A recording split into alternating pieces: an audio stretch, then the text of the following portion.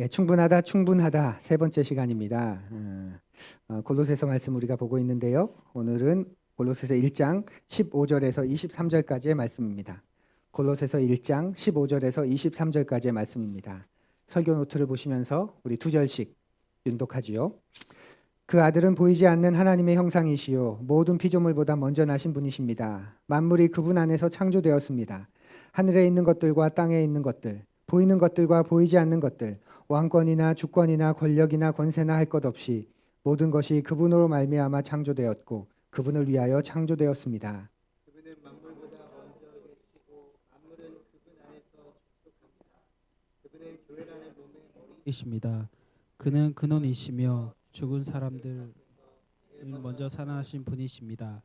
이는 그분이 만물 가운데서 으뜸이 되시기 위함입니다. 하나님께서는 그분의 안에 모든 충만함을 머무르게 하시기를 기뻐하시고 그분의 십자가의 피로 평화를 이루셔서 그분으로 말미암아 만물을 곧 땅에 있는 것들이나 하늘에 있는 것들이나 다 자기와 기꺼이 화해시키셨습니다. 전에 여러분은 악한 일로 하나님을 멀리 떠나 있어 마음으로 하나님과 원수가 되어 있었습니다. 그러나 지금은 하나님께서 그리스도의 죽음을 통하여 그분의 육신의 몸으로 여러분과 화해하셔서 여러분을 거룩하고 흠이 없고 책망할 것이 없는 사람으로 자기 앞에 내세우셨습니다. 그러므로 여러분은 믿음에 튼튼히 터를 잡아 굳건히 서 있어야 하며 여러분이 들은 복음의 소망에서 떠나지 말아야 합니다. 이 복음은 하늘 아래 있는 모든 피조물들에게 전파되었으며 나 바울은 이 복음의 일꾼이 되었습니다. 아멘. 골로새서는 바울 사도의 편지인데요. 우리가 흔히 말하는 신학적 진술이 많이 들어가 있는 편지입니다. 그래서 이야기가 담겨 있는 어떤 역사적인 사건이 담겨 있는 어떤 그런 역사서나 아니면 빌레몬서와 같이 개인적인 부탁을 이렇게 부탁하는 그런 편지와는 다르게 신학적인 진술이 들어 있어서 한 절 한 절 편지는 짧은데 좀 길어지는 그런 경향이 있습니다. 그래서 바울은 지식에 능한 사람이었고 그를 통해서 그리스도가 어떤 분인지 또 많이 그렇게 알려지고 또 정립되었기 때문에 특별히 골로새서를 보면 한 절 한 절 그 안에 담긴 신학적인 이야기들을 때로는 어렵지만 때로는 또 길어지지만 우리가 좀 곱씹어볼 필요가 있습니다. 특별히 골로새서는 바울의 글 가운데 바울이 쓴 편지 가운데 그리스도를 가장 많이 설명하는 그런 편지라고 말씀드렸죠. 예수님은 뭐다? 라고 할 때 대부분이 이 골로새서에 나옵니다. 예수님은 교회 머리다. 골로새서에 나오고 예수님은 만물을 충만하게 하는 충만이시다. 골로새서에 나오고 모든 것이 예수 그리스도로 말미암아 예수 그리스도를 통해 예수 그리스도를 위하여 창조되었다. 지음바되었다. 이런 모든 진술이 다 골로새서 안에 나옵니다. 오늘 본문에서는 예수님을 특별히 만물의 창조자시다. 창조하신 그 만물을 존속하게 하시는 유지하고 계시는 분이시다. 그리고 예수님은 그 책임을 맡은 만물을 유지하는 데 있어서 그 대리로 맡기신 교회, 그 교회를 주관하시는 머리시다. 이렇게 소개합니다. 이런 단호한 선언을 들으면 세상은 좀 불편해하죠. 예수님이란 존재의 역사성을 세상도 부정하지는 않지만 또 예수라는 존재가 세계 4대 성인이자 기독교라고 하는 한 종교의 시작이 된 그런 위대한 어떤 선지자 혹은 선구자 그런 정도로 여기면서 존경심을 분명히 표하지만 하지만 그 예수님을 믿음의 대상으로는 삼지 않습니다. 인정은 하지만 그리고 존경은 하지만 그러나 믿음의 대상으로는 삼지 않지요. 그런데 그리스도인이라고 말하는 사람들 가운데도 그런 분들이 많습니다. 그런 분들이 가장 대표적으로 하는 말이 뭔가요? 예수만이 그리스도는 아니다. 예수만이 유일한 구주는 아니다. 예수만이 하나님을 향해 나아가는 유일한 길은 아니다. 그렇게 말합니다. 그리고 그렇게 말해야 예수님이 진짜 사랑의 예수님이 되는 거고 하나님이 정말 자비와 사랑의 하나님이 되는 거다. 이렇게 주장하기도 합니다. 나만 믿어라. 나 아니면 다 지옥이다. 그게 무슨 사랑의 예수님이고 사랑의 하나님이냐. 그렇게 얘기해서는 안 된다. 하나님이 사랑이시니까 예수 그리스도 말고도 다른 길들을 분명히 주셨을 거다.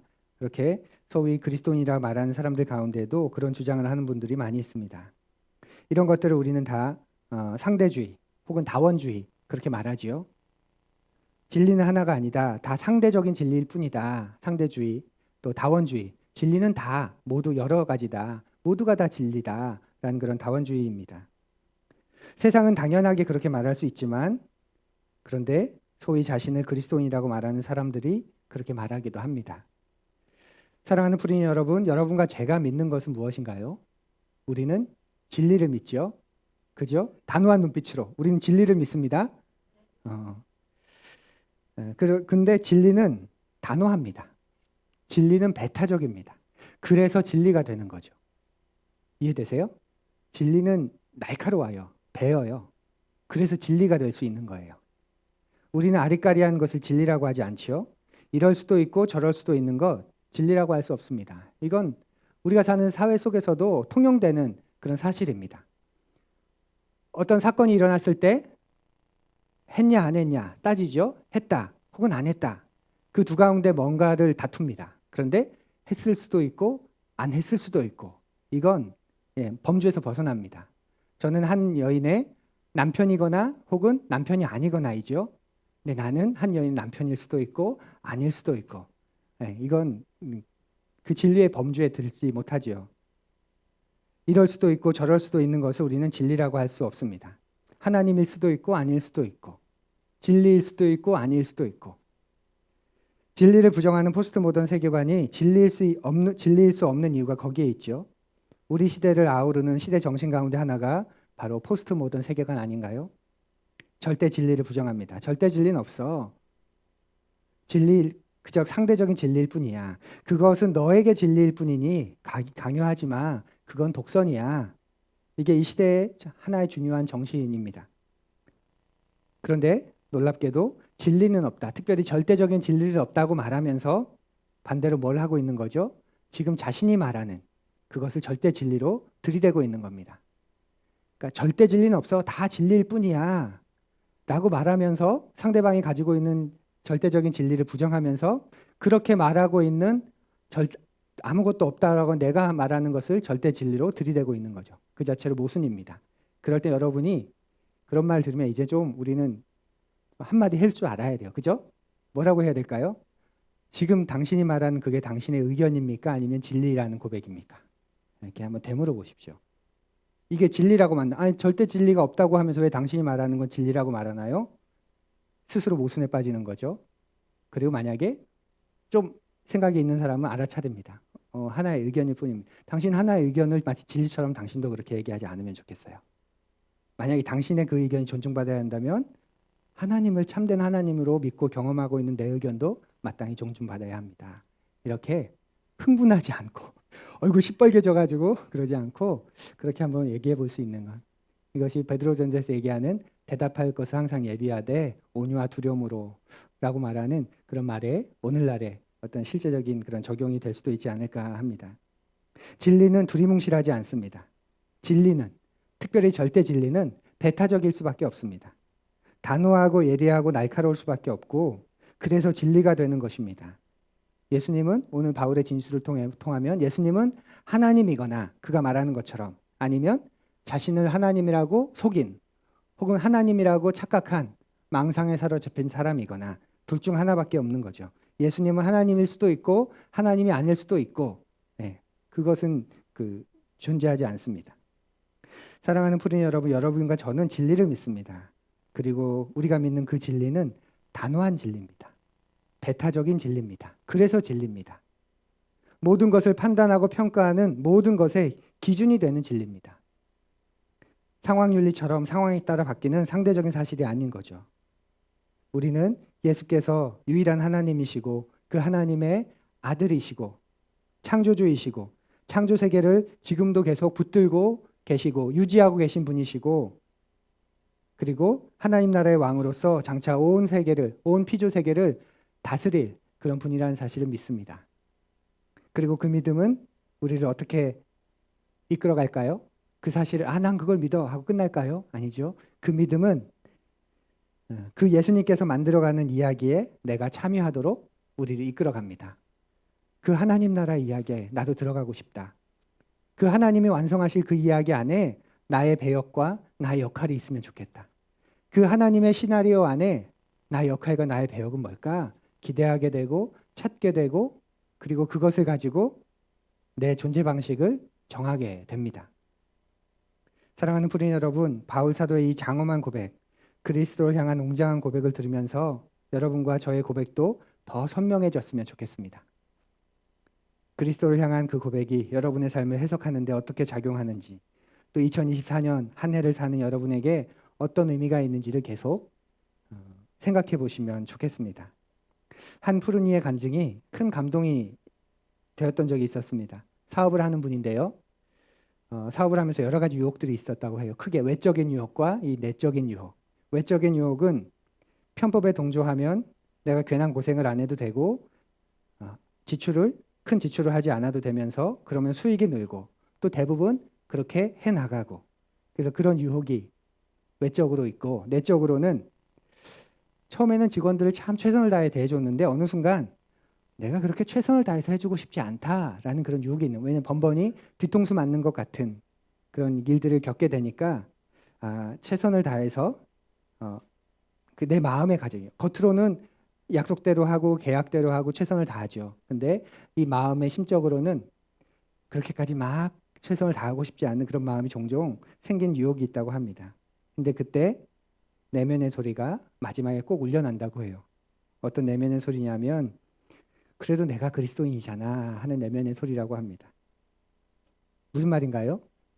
그리스도인이라는 기준을 가지고 자기의 삶을 계속 해석해 나가는 거잖아요. 마찬가지입니다. 그리스도가 창조주시다. 그리스도가 하나님의 아들이시다. 그리스도가 그 창조하신 세계를 지금 붙들고 계신다. 그분이 유지하고 계신다. 그분이 다스리고 계신다. 통치하고 계신다. 이 말이 나에게 나의 삶의 기준이 되고 내 삶을 해석하고 비추는 틀이 되어야 한다는 거죠. 그것을 가지고 우리 삶을 계속 해석해 나가야 된다는 그런 의미입니다. 그렇지 않으면 다른 것이 우리의 기준이 될 수밖에 없습니다. 이 시대 정신 말씀드리지 않았습니까? 절대적인 진리를 거세해버린 그런 시대입니다. 그런 게 어디 있다고 자꾸 그래? 넌 너무 독선적이야. 너무 편협해. 너무 그 이기적이야. 어떻게 너만 네 것만 그렇게 맞다고 말할 수 있어? 그래서 모든 것을 다 포용하는 것 같지만 절대적인 진리가 사라지고 모든 것을 포용하니 지난 수천 년간 이 세상이 더 평화로워지고 더 따뜻해지고 더 안전해졌나요? 더 좋은 세상이 되어가고 있습니까? 어떻게 기독교의 신만 신이라고 하냐 하면서 모든 신들을 다 인정하고 나니 전쟁이 줄었습니까? 사람들은 더 사랑과 평화를 추구하는 좋은 인간이 되어가고 있습니까? 하나님은 신화다. 기독교라는 것을 유아적 상상력으로 대하고 나면서 사람들이 더 사랑과 평화를 추구하게 되었습니까? 기준 사라지니 사랑과 평화도 다 상대적인 게 되어버렸죠. 내가 좋아하면, 내가 누리면 그게 평화인 것이고, 내가 싫으면 바르고 합당한 것이라도 그건 그때부터 거짓이 되고 옳지 않은 게 되는 그런 시대가 돼버리고 있지 않습니까? 참된 진리, 참이신 하나님을 지워버리니 또 다른 바른 기준이 생기게 되었나요? 그 자리에 뭐가 들어왔지요? 참된 진리이신 하나님을 지워버리니 돈이 신이 되어버리고, 명예와 성공이 신이 되어버리고, 무병장수, 안정된 노후, 자기 과시, 타인의 시선과 인정, 요즘에는 다른 사람이 눌러주는 좋아요, 그 숫자, 그게 내 삶의 가치와 기준이 되어버린 그런 시대가 돼버렸습니다. 사랑하는 프리니 여러분, 우리가 자기가 가진 걸, 자기가 믿는 걸 너무 강요해서는 안 돼. 상대방의 주장에 대해서 관대해야 돼. 이렇게 충분히 말할 수 있습니다. 그것은 하나님께서도 강요하지 않으십니다. 하나님은 그저 우리에게 호소하는 분 아니십니까? 하나님도 강요하지 않으십니다. 그런데 진리는 없다. 아니면 모든 주장이 다 진리다라고 말할 수는 없습니다. 모든 게 다 진리라는 말은 반대로 하면 모든 게 다 진리가 아니라는 말이 되겠죠. 모든 게 다 진리면 진리는 없는 겁니다. 네. 왜냐하면 상충되고 맞닥뜨려지는 게 너무나도 많기 때문에 그래요. 그리고 그런 다원주의적이고 상대주의적인 상황주의적인 그런 관용이 평화를 가져오진 않습니다. 우리가 사는 이 시대는 물론이고 지난 수천 년간 역사 속에서도 입증된 바가 없습니다. 그래서 예수님이면 충분하다라는 바울의 이 진술을 우리가 생각해 보면서 2020년 올 한 해를 사는 여러분과 제가 되었으면 좋겠고, 우리에게는 예수님이면 충분하다는 이 진리가 어떤 의미인지 생각해 보는 계기가 되었으면 좋겠습니다. 오늘 말씀은 바울 사도가 골로새 교우들을 향해 생각하면서 하나님 앞에 드렸던 감사, 그 다음에 나오는 그 내용인데요. 지난 시간에 봤던 바울의 감사 기도의 마지막에 이런 감사가 있었죠.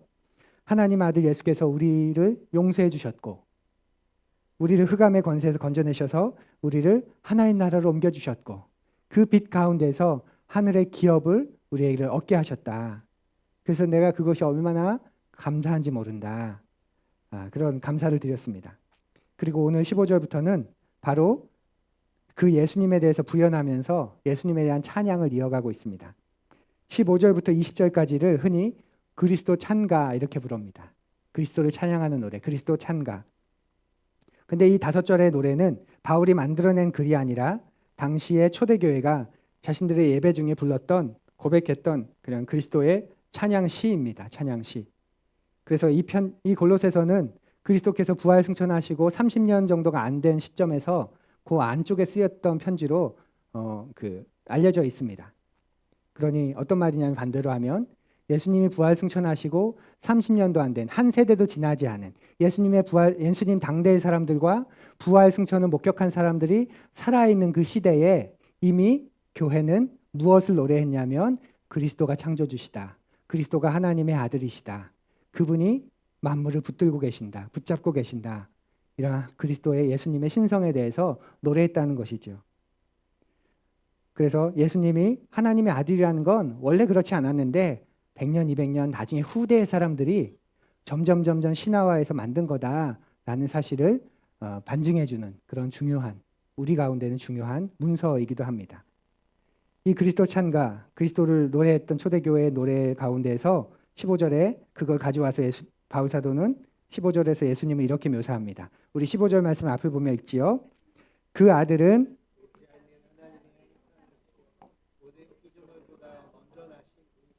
아멘. 예수님은 보이지 않는 하나님의 형상이시다 이렇게 말하고 있습니다. 여기서 형상이란 그 이미지를 말합니다. 이미지. 그런데 바울이 말하는 이 당시에 사용했던 이미지라는 말하고 오늘 우리가 생각하는 이미지와는 좀 차이가 있습니다. 바울이 말하는 이미지는 원형이라는 뜻입니다. 원형. 즉 아들 예수는 보이지 않는 하나님의 원형이시다 이런 뜻이에요. 하나님이 아니지만 하나님의 이미지를 가지신 분 그런 뜻이 아니라 예수님은 보이지 않는 하나님 그분의 성품, 그분의 본성 그것을 드러내시는 성육신하신 하나님이시다라는 그런 뜻입니다. 왜냐하면 하나님은 영이시죠. 그러니 어떤 인간도 가까이 할 수 없고 또 아무도 볼 수 없습니다.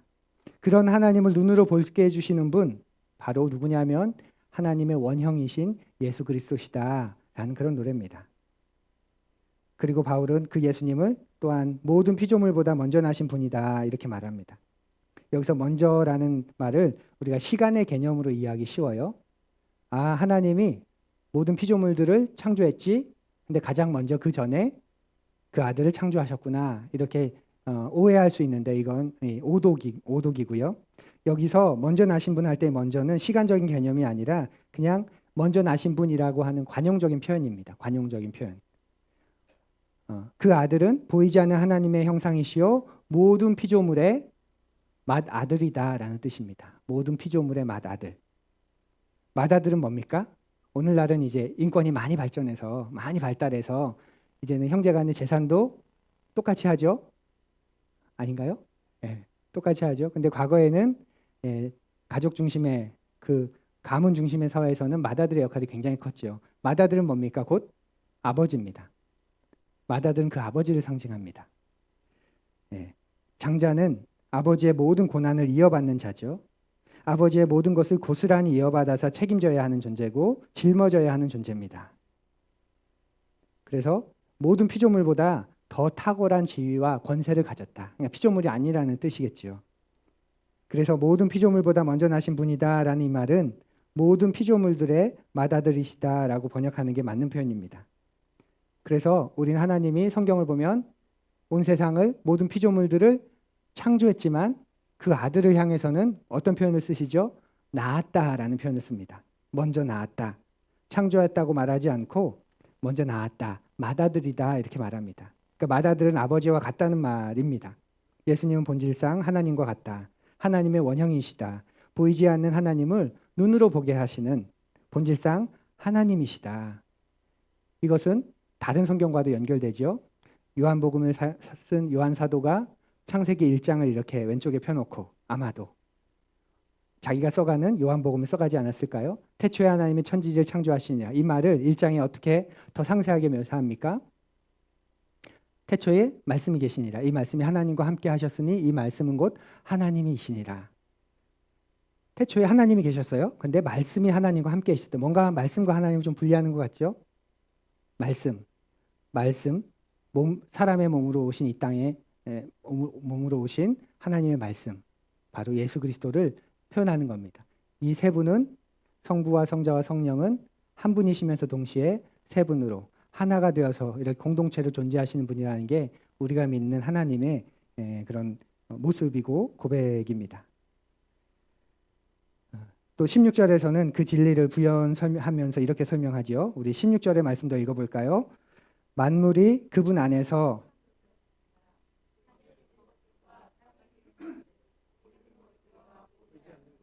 왕권이나 주권이나 권력이나 권세나 모든 것이 그분으로 말미암아 창조되었고 그분을 위하여 창조되었습니다. 아멘. 예. 바울 사도는 예수님의 역할, 예수님께서 하신 역할, 창조주이신 예수님께서 하신 역할을 또 여기서는 두 가지로 소개하죠. 모든 것이 그분으로 말미암아 창조됐다. 모든 것이 그분을 위하여 창조됐다. 예. 그분으로 말미암아 창조됐다는 말은 앞서 말씀드린 것처럼 그분이 창조의 실행자시라는 거죠. 하나님이 계시고 그 하나님의 말씀이 되어서 그 말씀으로 세상을 창조한 육신으로 이 땅에 오신 성자 예수, 그분이 온 세상의 창조의 실행자이시다라는 뜻이고, 만물이 예수님을 위하여 창조되었다, 그 말은 예수님 그분이 창조의 목적이고 목표다라는 그런 뜻입니다. 하나님이 아니라 예수, 그 아들 예수가 인간의 몸으로 이 땅에 오신 성육하신 하나님, 바로 그 예수가 창조의 목적이고 목표다. 유대인들이 이 말을 들었을 때 그 충격을 생각해 보십시오. 엄청난 충격을 얻었을 것이고 심지어는 신성 모독까지 느꼈을 겁니다. 그런데 이 고백이 없었다면 기독교는 이 세상에, 이 역사에 존재할 수 없지요. 사랑하는 부린 여러분, 예수님은 십자가와 부활로 이미 영광을 받으셨고 이제 모든 피조물이 그리스도 안에서 회복되는, 그래서 새하늘과 새 땅에서 하나님의 아들로서 영화롭게 되실 그분이십니다. 그래서 그분은 온 세상의 창조의 목적과 목표가 되실 수 있는 거죠. 모든 만물이 그리스도를 닮아가는 것, 모든 만물이 그리스도화되는 것, 우리는 그리스도의 성품에 참여하게 되는 것, 이것이 우리 인생의 목표 아닙니까? 모든 만물이 그 완전하신 물질의 몸으로 이 땅에 오신 완전하신 그분을 닮아가는 것, 그것이 하나님이 창조하신 창조의 목적. 그래서 다른 성경과도 일관되게 다 연결이 되는 그런 부분입니다. 바울사는 계속해서 예수님을 부연해서 설명합니다. 그 부분도 읽어보지요. 그분은 만물보다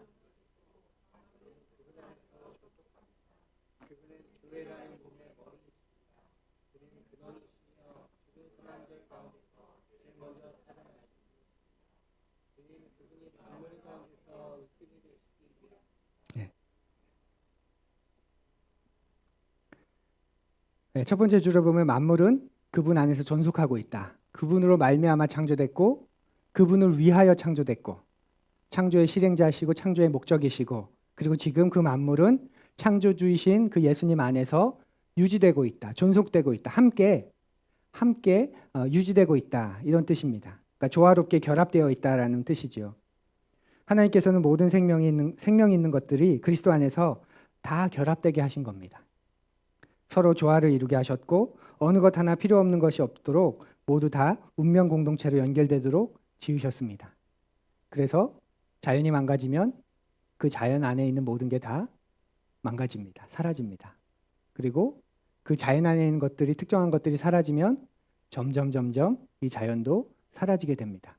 모든 게 다 조화롭게 어울리게 하셨다는 그런 뜻이지요. 사람은 말할 것도 없고 동물, 식물, 생태계 전체를 다 포함합니다.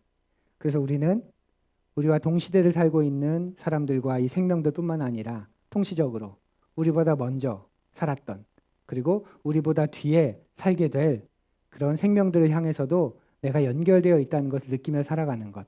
그것이 신앙이 깊어진다는 말의 뜻이기도 합니다.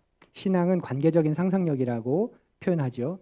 관계적인 상상력. 신앙을 없을 땐 그런 관계를 상상할 필요가 없는데 내가 온 땅의 창조주이신 하나님을 믿고 그 하나님을 대리해서 이 땅에 존재하는 그 하나님 나라 백성이라고 생각하는 순간 그리고 이 역사는 끝이 있고 그 끝날에 모든 것을 회복하실 완성하실 그 모습이 있다는 것을 믿게 되는 순간 내 앞선 사람들과 내 뒷선 존재들과 그리고 지금 함께 같은 시대를 살아가고 있는 존재들과 연결되어 있다는 걸 알게 됩니다.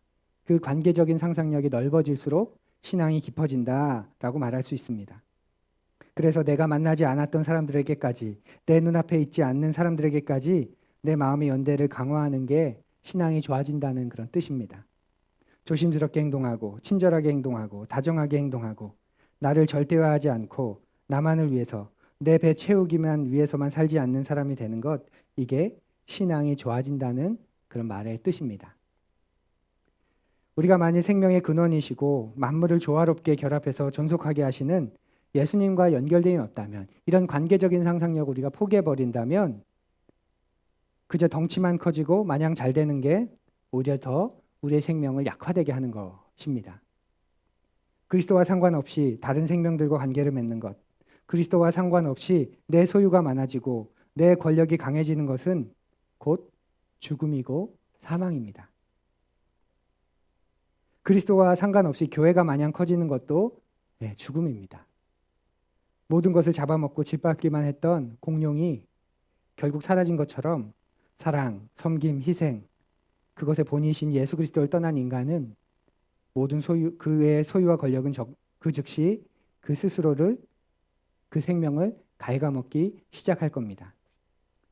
그래서 그가 그토록 추구했던 돈에 오히려 삼켜지고 그렇게 오매불망했던 권력에 오히려 삼켜지고 커지고 싶었던 그 규모의 삼킴을 당해서 자신의 생명력이 점점 고갈되어 가는 것이지요.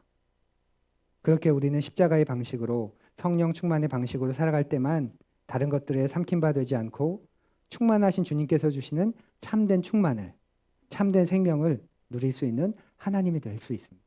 그 하나님의 자녀들이 될 수 있습니다. 그래서 바울 사도가 그리스도는 모든 것에 충만이다. 모든 충만함에 충만이시다라고 노래하고 있습니다. 바울 사도는 예수님을 또 교회의 머리, 오늘 본문에서는 교회를 주관하시는 분이다 이렇게 노래하고 있습니다. 그리고 그 교회의 존재 목적이 22절에서 나오는데요. 우리 앞을 보며 함께 읽어보지요. 그러나 지금은 하나님께서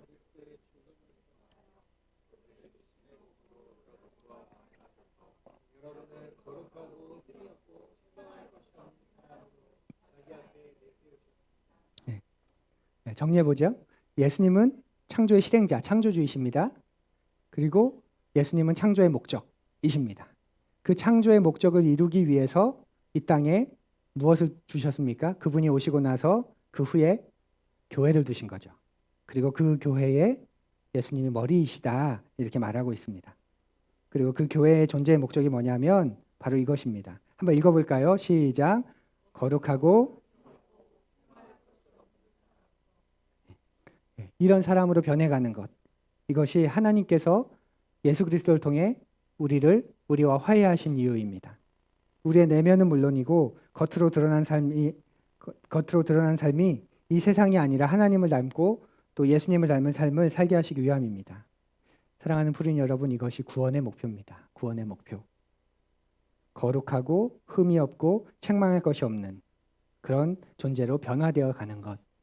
이것은 존재론적인 완벽함을 말하는 게 아니라 우리의 존재가 완벽해져야 한다는 존재론적인 완벽함을 말하는 게 아니라 목적론적인 온전함에 그 목적은 내가 온전해지는 것이라고 하는 그 방향에 대한 이야기에 가깝습니다. 비록 내가 존재로는 참 약하고 부족하고 불완전하지만 적어도 하나님이 나를 부르신 곳은 이것이다. 주님께서 원하시는 건 이것이다. 그렇게 그 목적론적인 온전한 만큼은 포기하지 않는 것. 그래서 부족하지만 어제는 많이 모자랐지만 어제는 또 많이 부끄러웠지만 어제는 또 내가 잘 못 살았지만 그래도 다시 그렇게 살기로 노력하는 것. 이것이 바로 이 목적론적인 온전함을 추구하는 삶이지요. 거룩해라, 흠이 없어라, 책망할 것이 없어라 말하고 있는 그 말의 본 의미입니다. 그리고 그렇게 하는 것이 바로 그리스도인입니다. 한없이 부족한 목사인 제가 어떻게 이렇게 6년이나 이어오고 있는지 잘 모르겠습니다. 그리고 그렇게 교회를 맡아 책임져 오다가 그런 마음이 자주 들지요. 아, 이렇게보다 저렇게 했었으면 훨씬 좋았을 텐데, 그런 뒤늦은 후회, 뒤늦은 어떤 생각들이 참 많습니다. 여러분도 그럴 것 같아요. 저를 보면서 혹은 교회를 보면서 아, 이렇게 하셨었으면 좋았을 것을.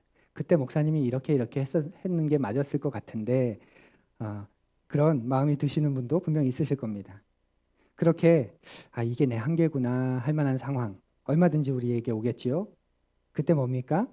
아, 내가 이렇게 불완전하구나 하고 넘어지는 게 아니라 그때 교정하고 그래, 주님이 더 좋아하시는 건 이거지 하고 계속해서 그 목적을 향해서 걸어가는 것. 그게 바로 목적론적인 온전함입니다. 그것을 추구하는 게 거룩하고 흠이 없고 책망할 것이 없는 상태를 말하는 겁니다. 그리고 그렇게 살아내다 보면 우리에게 어떤 일이 생길까요? 어느새 많이 온전해져 있는, 그죠? 많이 그리스도를 닮아 있는 그런 온전함을 우리가 경험해 가지 않겠습니까? 지난 주일 오후에 제 아내의 모교회, 아내와 제가 결혼한 교회, 또 지금은 장모님께서 권사님으로 섬기고 계시는 그 교회에 오후 예배 설교를 다녀왔습니다. 아내는 모교회이고 저도 그 교회에 결혼 전에 출석했었고 거기서 결혼도 했었고 그런 걸 이야기해 주고 싶어서 내가 여기서 신앙생활하다가 은혜 받아서 직장생활을 그만두고 신학교를 들어간 교회 이제 그런 이야기들을 좀 하고 싶어서 20년 전에 사진첩 그때 결혼했을 당시에 사진첩을 결혼 앨범을 좀 찾아봤습니다. 그 교인들하고 같이 찍은 사진이 단체 사진이 있을 것 같아서 그렇게 사진첩을 보는데 20, 30대의 저의 제 얼굴을 봤어요. 20, 30대의 제 얼굴. 어떤 마음이 들었는지 아세요? 소름이 돋으면서 정말 아찔했습니다.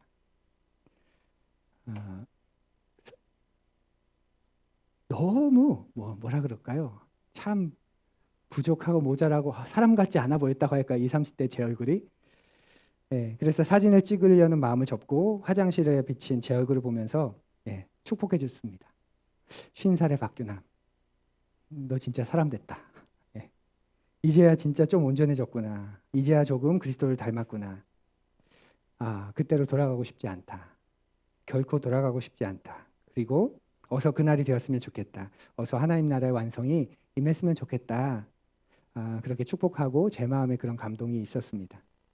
그래서 내가 70이 되고 80이 되었을 때 나이 든 내가 너무 좋아. 그리스도를 닮아간 내가 좋고 이제 곧 그리스도를 만날 내가 참 좋아. 그렇게 말할라. 그려보니 참 축복이 되었습니다. 비록 온몸의 기력은 다 쇠할 거고 이제는 환하게 웃지도 못하고 희미한 미소, 어렴풋하게 남아 지은 그 정도 힘밖에 남지 않는 그런 존재가 되겠지만 그렇게 마지막 호흡을 내쉬면서도 주님 제가 불태웠습니다.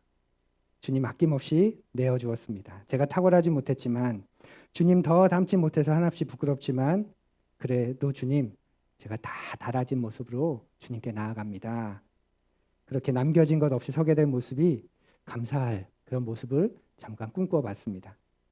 그렇게 같이 나이 먹어가고 같이 그렇게 주님 닮아가는 모습을 우리 격려하면 좋겠습니다. 이것이 구원의 목적이라는 거죠. 그리고 그리스도께서 기꺼이 교회의 머리가 그래서 되어주신 겁니다. 그리고 기꺼이 우리 같은 사람을 그분의 그분의 몸으로 삼아주신 겁니다. 이렇게 구원을 생각할 때 그 창조의 목적, 새 창조의 목적을 가지고 생각하지 않으면 우리의 관점에서 생각하게 되면 우리의 구원은 어떤 구원이 되냐면 그저 이 땅에서 하나님 믿어서 세속적인 복을 많이 얻고 그렇게 하나님 덕을 많이 보고 그러다가 죽으면 천당 가는 정도 딱 그 정도의 복음밖에 되지 않을 겁니다. 그러니 구원을 생각할 때 하나님의 목적으로 생각하셔야 됩니다. 그러면 창조의 관점에서 구원을 여러분이 설명할 수 있게 됩니다. 하나님이 세상을 왜 창조하셨지? 하나님이 인간을 왜 창조하셨지? 하나님이 어떤 목적으로 무엇을 보시려고 창조하셨지? 그 바른 시작을 여러분이 얻게 되시고 여러분의 구원은 바로 그 창조의 목적을 이루는 놀라운 일이 되는 것이죠. 그것이 여러분의 삶의 목표가 되고 그래서 그걸 뭐라고 부릅니까? 소명이다. 사명이다. 이렇게 고백하는 겁니다. 이 신앙이 정말 놀랍지 않습니까? 그죠? 하나님이 창조주시라는 게 여기서 다 드러나는 거 아닙니까? 이 창조 세계를 보호하고 아끼고 완성하시려는 그 하나님의 마음이 성경 안에 그래서 고스란히 담겨져 있고, 그래서 성경은 우리는 하나님을 창조주라고 고백합니다. 그러니까 신앙을 한번 따져보겠다는 건 이걸 가지고 따져봐야 되는 거예요. 어떤 것이 이 세상의 시작과 이 세상의 유지와 이 세상의 마지막을 가장 잘 설명해 주냐. 어떤 철학이, 어떤 과학적 진술이, 어떤 신앙이 세상의 시작, 세상의 유지. 그런데 이렇게 깨어지고 망가진 세상의 원인. 그럼 이걸 어떻게 회복시킬 거냐. 그리고 이건 당차 어떻게 될 거냐. 그 속에서 신의 역할은 뭐냐. 그 속에서 그 신을 따르는 사람들의 역할은 뭐냐. 창조주신 하나님이 그걸 다 설명해 주시고 우리에게 다 요구하시는 거죠. 여기까지 들어오면 기독교 참 믿을만하다. 신앙, 그래 세상을 설명하는 진짜 여러 가지 가운데 가장 내가 지금 선뜻 믿겨지진 않지만 가장 합리적인, 가장 믿을 만한 그런 것 가운데 하나다. 그런 고백들이 지식인들 가운데 일어나는 거죠. 철학자들 가운데도. 근데 거기까지 가지 않고 그저 예수님 믿으면 너의 모든 죄 다 용서함 받고 그래서 너 지금 당장 죽어도 천국 가. 딱 거기서 우리의 구원의 진술이 끝나는 순간 더 이상 믿고 싶지 않은. 그래서 자기네 신만 믿어야 구원 얻는다 하고 자기네 신만 믿어야 천국 간다 하고 아우 딱 내 마음을 닫고 싶은. 우리 가운데는 그런 분이 안 계시면 좋겠습니다. 그래서 우리가 계속 주님을 알아가야 하고 주님을 배워가야 하고 그 주님의 세상을 설명하는 방식, 그 방식 안에서 나의 역할, 나의 모습, 그것을 우리가 계속 고민해야 하는 것이지요. 그렇게 구원은 종착역이 아닙니다. 구원받았으니 됐다가 아니라 구원받았으니 이제 시작이다. 이렇게 말할 수 있어야 됩니다. 구원은 여정입니다. 따라해 보실까요? 구원은 여정이다. 네. 여러분은 구원받았습니까? 받으셨나요? 네. 그럼 이제 그 여정을 살아가시는 겁니다. 받았으니까 끝 아니고 교회는 그 구원의 여정에서 창조의 목적을 이루기 위해 하나님께서 허락하신 곳이 바로 교회입니다. 교회는 서로 한번 모여가지고 종교활동하고 흩어지고 소위 말하는 종교적인 그런 카타르시스, 어떤 은혜 체험을 느끼기 위해서 잠깐 모여서 있는 곳이 아닙니다. 서로의 지체들의 형편을 보면서 이분은 어떤 필요가 있고 저분은 어떤 필요가 있고 이 형제는 이런 필요가 있고 저 자매는 또 저런 필요가 있네 하면서 품고 기도해 주는 사람들, 그게 바로 교회입니다. 이렇게 작은 공동체여도 우리가 모든 사람을 다 살필 수 없죠. 정일자매가 어제 인사 와서 1년 동안 이제 잠시 내려갔다가 뭐 중간중간에도 한 번씩 오겠지만 오면서 어제 그 얘기 하더라고요. 이제 떠날 날이 되어서 내려갈 날이 되어서 푸른이 분들이 많이 맞아주셨다고. 잘 안 나와서 그런 거지 뭐. 예, 근데 그런 말을 해주시더라고요. 그러니까 우리가 작은 공동체인데 이렇게 작은 공동체여도 모든 사람을 다 살피기 어렵습니다. 그럼에도 하나님께서 주시는 마음 주시는 하나님께서 보게 하시는 하나님께서 듣게 하시는 또 하나님께서 품게 하시는 그런 사람들을 그들이 거룩하고 흠이 없고 책망할 것이 없는 사람으로 되어가도록 돕는 것, 그게 교회입니다. 내가 흠이 없고 거룩하고 책망할 것이 없는 사람이 되어가는 것 마땅하죠. 근데 내가 함께 부름받은 그 사람이 그런 존재가 되어가도록 도와주는 것. 뭐 도와주는 건 여러 가지 방법이죠. 내가 본을 보여주는 것도 도와주는 것이고 그의 문제를 같이 고민하고 기도해 주는 것도 도와주는 것이고 그렇게 가는 것이 바로 교회입니다. 그리고 때로는 저같이 그 말씀을 전하는 사람들을 불러서 때로는 위로하도록 또 때로는 조금 엄하게 그렇게 살지면 안 됩니다. 돌이키셔야 합니다. 그 일을 그만두시는 게 맞습니다. 중단하십시오. 그렇게 전하기도 하는 이유가 거기에 있죠. 예. 바울 사도가 진짜 신학자 같죠? 예.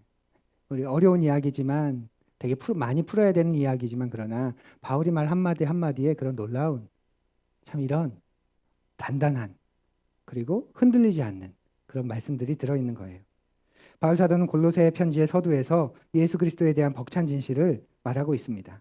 딱딱한 교리 강론이 아니라 예수 그리스도에 대한 찬가를 부르고 그 찬가는 입술로 부르는 찬가가 아니라 그의 온 삶으로 부르는 찬가입니다. 여러분과 제가 지금 어떻게 살고 있고 뭘 위해 살고 있는지는 바로 바울이 노래하는 이 충만하신 예수, 충분하신 예수, 이 예수님을 우리가 어떤 예수님으로 알고 있는지 우리가 그분에게 어떤 의미를 부여하고 있는지에 따라서 내가 어떻게 사는지, 뭘 위해 살고 있는지도 분명 달라지게 될 겁니다. 사랑하는 푸른 여러분, 만물을 창조하신 예수님, 그 만물을 조화롭고 질서 있게 붙들고 계시는 예수님, 그 일이 다 완성되는 그날까지 그 주님을 인정하고 거룩하고 흠이 없고 책망할 것이 없는 그런 사람으로 우리가 믿음에 거하고 견고하게 세워져 나가는 그런 우리가 되기를 간절히 소망합니다. 바울 사도가 그 복음을 받드는 자로 부름받았다고 말하는 것처럼 여러분과 저도 그 복음을 받드는 자로 부름받았습니다. 그 복음이 그래서 온 세상과 모든 피조물들에게 다 전달되는 그날까지 우리가 복음의 일꾼으로 오늘도 내일도 그렇게 살아가면서 서로를 격려하기를 간절히 축원합니다. 메시지 성경 따라서 오늘 말씀을 묵상하겠습니다.